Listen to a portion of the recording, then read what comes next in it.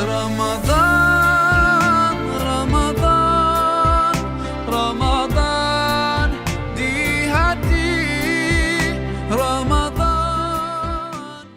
Bismillahirrahmanirrahim. Assalamualaikum warahmatullahi wabarakatuh. Saudaraku, Ramadan adalah bulan yang penuh dengan berkah, bulan limpahan rahmat. Di bulan ini Allah Subhanahu wa taala membuka pintu-pintu langit, memberikan pengampunan kepada seluruh umat manusia. Inilah bulan yang penuh dengan pengampunan.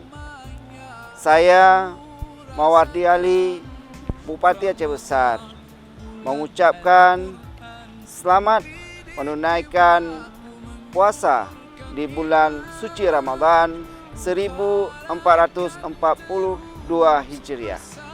Melalui momentum Ramadan tahun ini, marilah kita berbagi, saling peduli dan menjalin silaturahmi dengan tetap menjaga protokol kesehatan COVID-19.